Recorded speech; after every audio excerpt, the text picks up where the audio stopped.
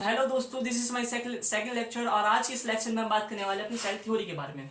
बच्चों, cell theory के अंदर हम पढ़ते हैं कि किस तरह सेल थ्योरी किसने दी। सेल थ्योरी फॉर एग्जांपल कि फर्स्ट टाइम सेल किसने देखी, सेकंड टाइम किसने देखी, किस तरह हमें पता चला कि जितने भी लिविंग ऑर्गेनिज्म हैं सबके अंदर सेल प्रेजेंट है। तो इस सब को हम किसके अंडर में पढ़ते हैं? सेल थ्योरी के अंदर में पढ़ते हैं। पढ़ते पढ़ते हमें ये बात और अच्छे से समझ में आ जाएगी। तो हम स्टार्ट करते हैं बिना वक्त को जाया करते हैं। ठीक है, फर्स्ट ऑफ ऑल सबसे पहले रॉबर्ट हुक आए कि कब 1665 में 1665 ईस्वी में, और इन्हें डिस्कवरी की किसकी? डेड सेल की। अब डेड सेल वेड सेल अभी छोड़, 1665 में फर्स्ट टाइम एक सेल को देखा गया। यहां से अभी इस बात सिर्फ डेड या लिविंग की नहीं चली, एक सेल को देखा गया, एक कोशिका को देखा गया। इन्होंने सेल कहां देखी? इन्होंने सेल देखी एक जो हमारी पेट की जो छाल होती है उनको इन्होंने माइक्रोस्कोप से क्लोजअप करके जब देखा तो उन्हें कुछ हनीकॉम लाइक स्ट्रक्चर्स दिखाई थी। अब इसे समझते हैं। हनीकॉम मतलब जैसे कि मधुमक्खी के छत्ते में कुछ इस टाइप की जो स्ट्रक्चर बनी होती है हर एक कंपार्टमेंट की, इसी तरीके से क्या होती है? स्ट्रक्चर बनी होती है। तो उन्हें जब उन्होंने क्लोजअप करके देखा उस पेड़ की छाल को, तो उन्हें ऐसी हनीकॉम लाइक स्ट्रक्चर्स दिखाई दी। इसमें क्या था? एक इससे पहले बात करते हैं कि एक सेल में क्या क्या होता है। एक प्लांट सेल की बात चलिए ना। यहाँ पे प्लांट सेल के अंदर क्या होता है? प्लांट सेल में बीच में क्या होता है? साइटोप्लाज्म होता है, उसमें हमारे सेल ऑर्गेनल्स होते हैं। एंड इसके अराउंड क्या होता है? सेल वॉल होती है। क्या होती है? सेल वॉल होती है। सेल वॉल कैसी होती है? सेल वॉल जो होती है वो कैसी होती है? वो रिजिड होती है। रिजिड मतलब क्या होता है? रिजिड मतलब होता है कठोर, यानी कि सख्त होती है। यानी कि एक बार को सेल मर जाएगी लेकिन सेल वॉल अपना का स्ट्रक्चर बरकरार रहेगा। ठीक है ना? तो क्या इन्होंने एक डेड सेल को देखा? इन्होंने पेड़ की छाल को जब क्लोज करके दिया तो उन्हें हनी कॉम लाइक स्ट्रक्चर दिखाई दी, जिसमें उन्होंने देखा कि अराउंड में क्या है? सेल वॉल प्रेजेंट है। क्या है? सेल वॉल प्रेजेंट है। एंड मिड में क्या है? मिड में सब कुछ खाली है। उन्होंने यानी कि एम्प्टी कंपार्टमेंट्स थे। इन एम्प्टी कंपार्टमेंट्स को नाम दिया उन्होंने क्या? सेल्यूला। क्या नाम दिया? सेल्यूला। तो अभी सेल नाम नहीं पड़ा है, अभी सिर्फ नाम क्या है? सेल्यूला है। इन्होंने किसको देखा था? डेड सेल को देखा था। बच्चों याद रखना। इसके बाद हमारे एंटोन वॉन ल्यूवेनहुक, जिन्होंने फर्स्ट टाइम एक लिविंग सेल को देखा। बच्चों ये अपनी उसमें जर्नी में इतना ज्यादा सीरियस हो गए थे, इन्होंने किसी भी माइक्रो ऑर्गेनिज्म को छोड़ा ही नहीं। मतलब माइक्रो ऑर्गेनिज्म होते हैं वो जीव जो बहुत ज्यादा सूक्ष्म होते हैं, बहुत ज्यादा छोटे छोटे होते हैं, उन्हें माइक्रो ऑर्गेनिज्म कहा जाता है।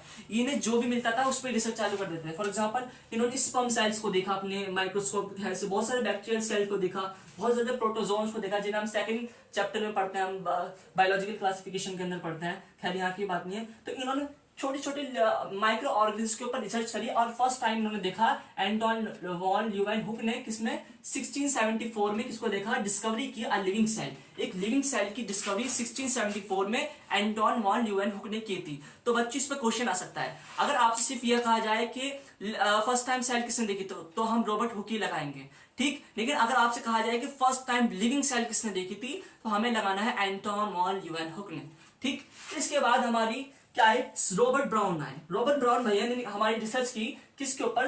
1831 में क्या करी? Discovery of nucleus. तो आपसे अगर पूछे कि न्यूक्लियस की डिस्कवरी किसने की तो रॉबर्ट ब्राउन ने की।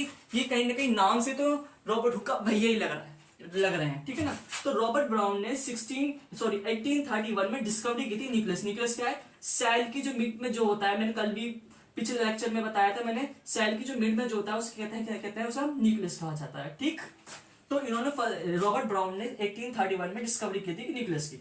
मैथिस स्केलेटन कौन है? मैथिस स्केलेटन 1838 में। तो 1838 में मैथियस स्केलेटन आए। इन्होंने क्या किया? इनकी कौन थी? जर्मन बॉटनिस्ट थे। कौन थे? जर्मन बॉटनिस्ट थे। मतलब ये जर्मन में वहां जर्मन बॉटनिस्ट थे। बॉटनिस्ट मतलब जाहिर सी बात है प्लांट के ऊपर ही रिसर्च करने वाले। ठीक, तो स्टडी करी इन्होंने many types of plant cell, यानी कि अलग अलग प्रकार की प्लांट सेल पे रिसर्च करी और बताया, ऑब्जर्व किया। इन्होंने ऑब्जर्व किया all plants are made up of different kinds of cells which form the tissue.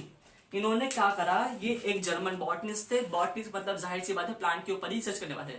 इन्हें डिफरेंट टाइप्स की प्लांट सेल के ऊपर रिसर्च करी और रिसर्च के बाद बताया कि जितने भी भैया प्लांट होते हैं ना, वो प्लांट बने होते हैं किससे? सेल से बने होते हैं। और वो सेल क्या बनाती है? टिश्यू बनाती है। अब बच्चों टिश्यू थोड़ा सा मैं बता दूं, वैसे 9th क्लास में बता दिया जाता है।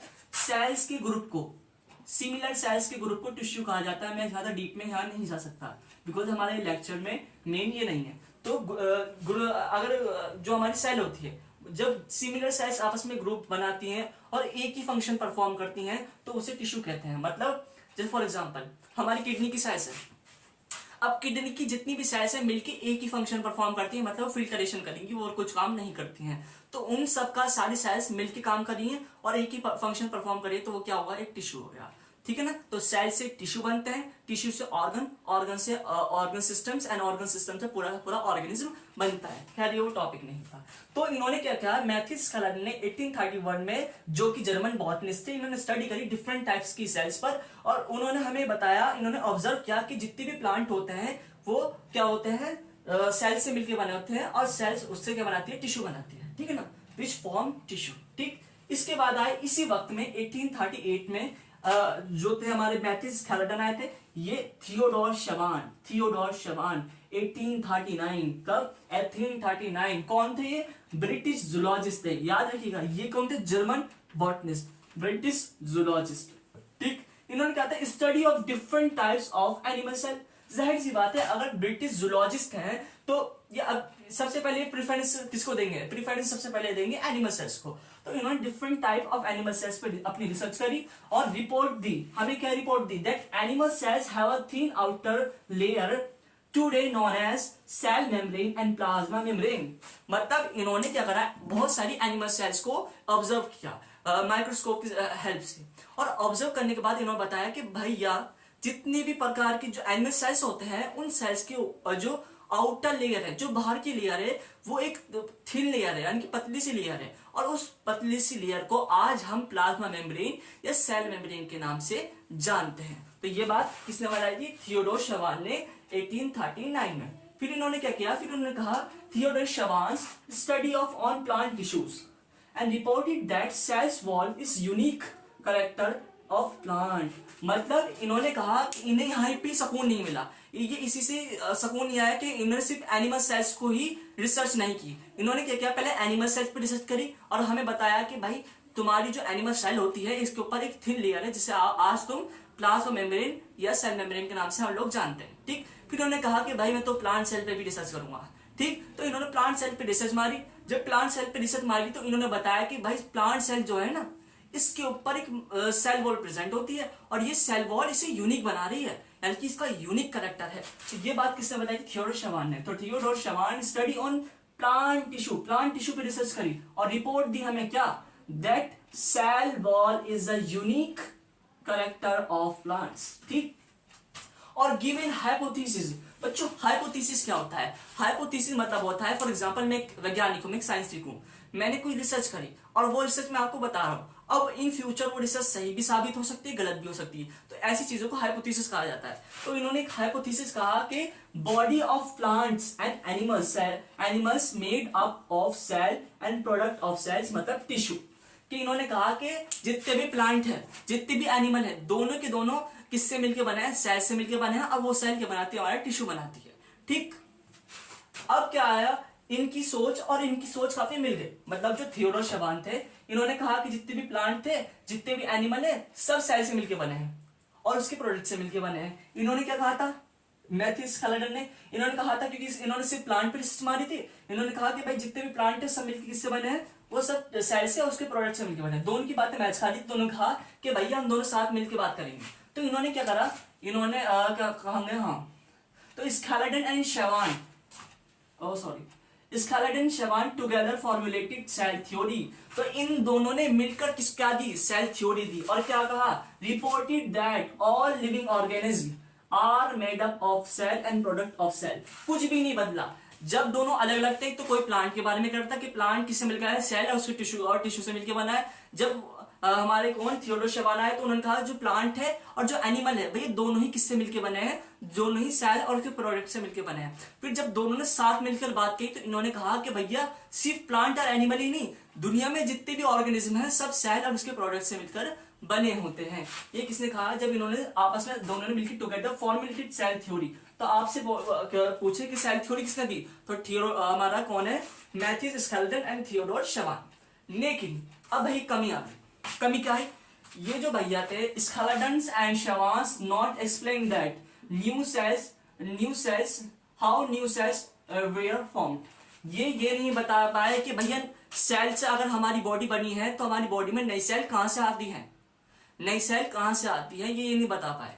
तो इसकी इसलिए हमारी जो सेल थ्योरी थी थोड़ा सा एक्सेप्शन आ गया इसमें, लेकिन ये एक्सेप्शन भी दूर हुआ कब, ये हुआ 1855 में, 1855 में किसने किया, रुडोल्फ विर्को ने 1855 में बताया कि एक्सप्लेन किया that new cells are formed pre existing cells and give the final shape of the cell theory. मतलब समझे कि हमारे जो शवान थे, हमारे थियोडोर शवान थे और कौन थे, मैथ्यूस खैलेडन थे, ये दोनों ने के कमी क्या थी, ये नहीं बता पाए कि नई सेल भाई बॉडी में बन कर रही है, आसमान से टपक नहीं रही है, तो बॉडी के अंदर नई सेल आ कहां से रही है। तो 1855 में रुडोल्फ विर्को ने इस कंफ्यूजन को दूर करा। उन्होंने बताया कि भैया ओमनी सेलुला ई सेलुला, मतलब मैं क्या बोल गया आप समझ रहे होंगे। इन्होंने एक तरीके से कहते हैं ना, एक लाइन दी, इस लाइन को, इसका मतलब यह है कि नई सेल का जो फॉर्मेशन होता है वो प्री एग्जिस्टिंग सेल से होता है। मतलब इस लाइन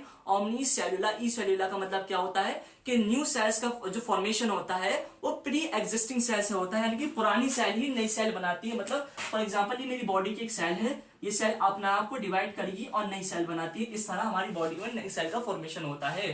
तो explain that new cells are from pre existing cells, और क्या बताया इन्होंने, giving the final shape of cell theory, यानी कि इन्होंने सेल थ्योरी को फाइनल शेप दिया। तो फाइनल शेप किसे सेल थ्योरी क्यों, हमारे रुडोल्फ विर्को ने दिया था। तो ये थी हमारी सेल थ्योरी। अगर आपको मेरी लेक्चर पसंद आया तो प्लीज लाइक सब्सक्राइब जरूर कीजिएगा। Thank you.